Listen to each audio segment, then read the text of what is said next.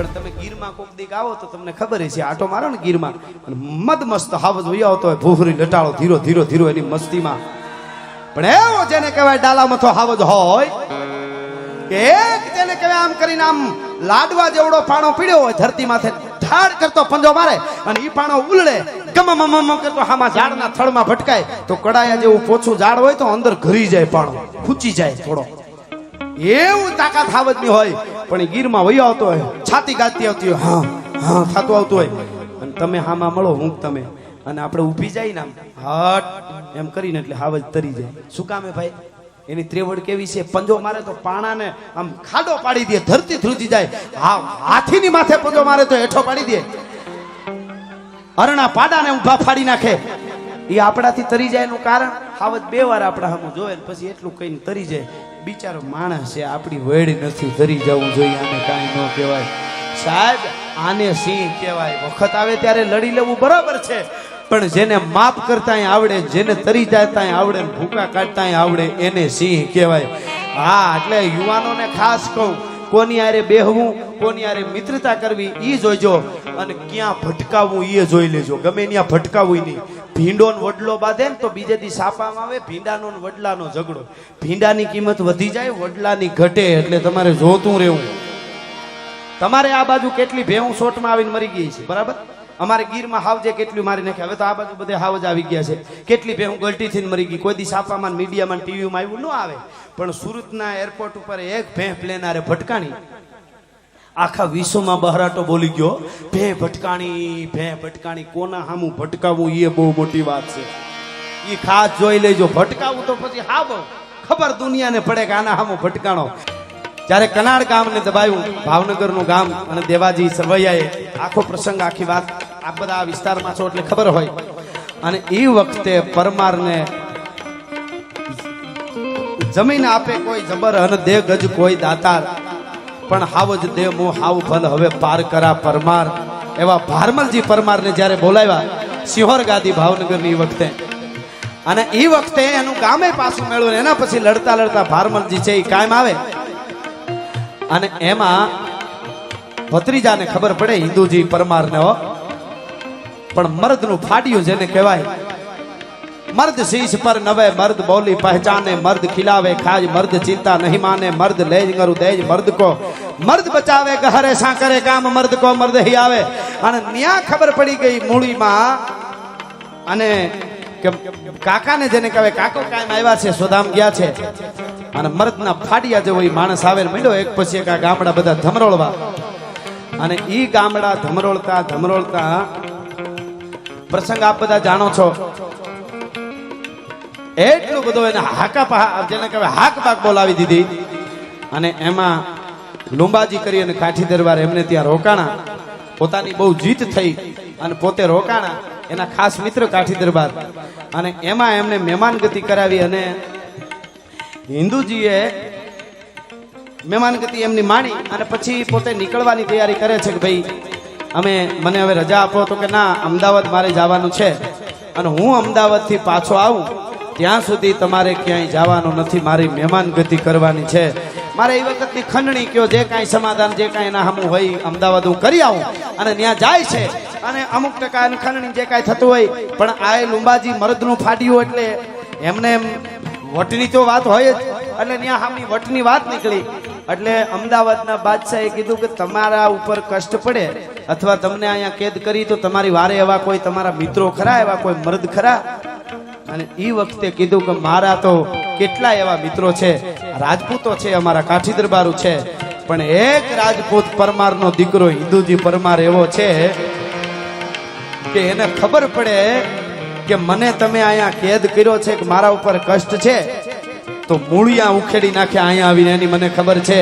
અરે કદાચ કાજળનો પહાડ આવતો હોય એવો હાથી હોય મદમસ્ત, અને એ હાથીના બે દાંત પકડીને કાળાના કરતા મૂળિયામાંથી દાંત નો કાઢી દે તો હિન્દુજી પરમાર નો કહેવાય. ભલા માણસ એવો મર્દનું ફાડ્યો એક છે, એવો કારડિયો રાજપૂત.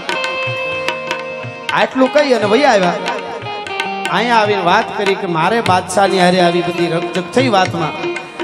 એટલે લુંબાજીએ કીધું, એટલે મેં કીધું મારો મિત્ર છે હિન્દુજી પરમાર, એને મહેમાનગતિ કરવા રોકાણો છે ને, ઈ હાથીના જીવતા હાથીના દાંત કાઢી લે અને થઈ ગયા ઊભા. હો ભાઈ, કહે ભલા માણસ મારા મિત્ર છો તમે, લુંબાજી મને રોક્યા છે, જમાડવા રોક્યા છે કે મારી નાખવા?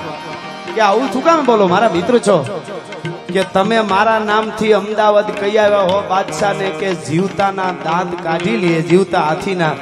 એવો મરદ મારો મિત્ર છે, તો હવે જીવતા હાથીના દાંત કાઢ્યા વગર પાછો આવતો તો હું પરમારનો દીકરો ન કહેવા, હું હિન્દુજી ન કહેવા. ભલા મારે કઈ ખાલી વાત કરી નાખવી નહીં, એને દેખાડવું પડે. હાલો હવે તમે મારી હારે. અને અમદાવાદમાં આવે છે અને આખી વાત અમદાવાદમાં આખી એક બાદશાહને ત્યાં વાત થાય અને એને કીધું આ મારો મિત્ર હિન્દુજી પરમાર રાજપૂત છે, કારડિયો. અને એને કીધું કે હાથીના જીવતા હાથીના દાંતની મેં વાત કરી છે. એને કીધું કે હવે હું હાથીના દાંત કાઢીને બતાવું તો જ સાચો. આ તો ખાલી મરદ હતો એટલું નહીં, મરદ તો હતા જ, પણ એક હનુમાનનો અંશ હતો, એક ઉચ્ચ કોટીનો, એક જેને કહેવાય, એક જેને પરમાત્માનું, જેને હનુમાનનું રૂપ કહી શકાય, એવો કોઈ જીવ. અને એણે કીધું કે હું હાથીના દાંત કાઢી લઉં. અને આખી ગોઠવણ થઈ અને કાજળના પહાડ ગયો તો એવડો મોટો હાથી આખો હળગારી તૈયાર કરવામાં આવ્યો. હાથીને ખૂબ દારૂ પીવરાયું, હાથીને ગાંડો કર્યો. અને પછી ઈ જેને કહેવાય ઈ આમ માણેક ચોકની માલિકો હાથીને ગાંડો કરી અને છૂટો કર્યો, અમદાવાદમાં છૂટો કર્યો. અને કીધું કે લ્યો હવે હાથીને હામું, હાથી કેવડો, માણસનું કેવડું ગજું. કોઈ આમ આદમી ગમે એવો મલ હોય ને તો એને હાથી ભાંગીને ભૂકો કરી દે. કુસ્તી લડી શકે એવો ગમે એવો મલ હોય, ગમે હાથી થોડો કઈ હાથી પાસે કમાય, એનો એક દાંતે નો ભાંગે, બે નહીં. અને એમ બરાબર મજદસ્ત ગાંડો થઈને હાથી આવ્યો ભાઈ, હણાટી કરતો હાથી આવ્યો અને ડોટું દેતો આવે ભીતમાં. કોઈના ગાડા આડા આવે તો ગાડાને ઉલાળતો આવે હાથી, ઉલાળી ઊંધા નાખે. કોઈના નળિયાવાળા મકાનને આમ ભીહ મારે તો મકાનની દિવાલો પડી જાય. નળિયાથી આડહર ખેંચી અને હાથી ઊંટમાં આડહર લઈને ઘા કરે. માણસ હોના ઘરમાં મીડ્યા કરવા, મરદના ફાડિયા કહેવાતા એ દિવાલો આડા મીડ્યા હતાવવા કે આડહરના ઝપટમાં આવી ગયા તો 10 નો બુકડો બોલી જાય. અને એ વખતે જેને કહેવાય ડબલ ભેટ ગળે વાળી, હાથમાં એક કટાર લઈ અને ફરક વાય ફરકે મુસડિયું રિયણ જબુકે દંત જોઈ લ્યો પટોળા વાળ્યું. આ તો લોબડીયાળીનો કંથ માણેક ચોકમાં એકલો હિન્દુજી પરમાર ઉભો પાયો અને આવ્યો હાથી ભાઈ ગાંડો થઈને.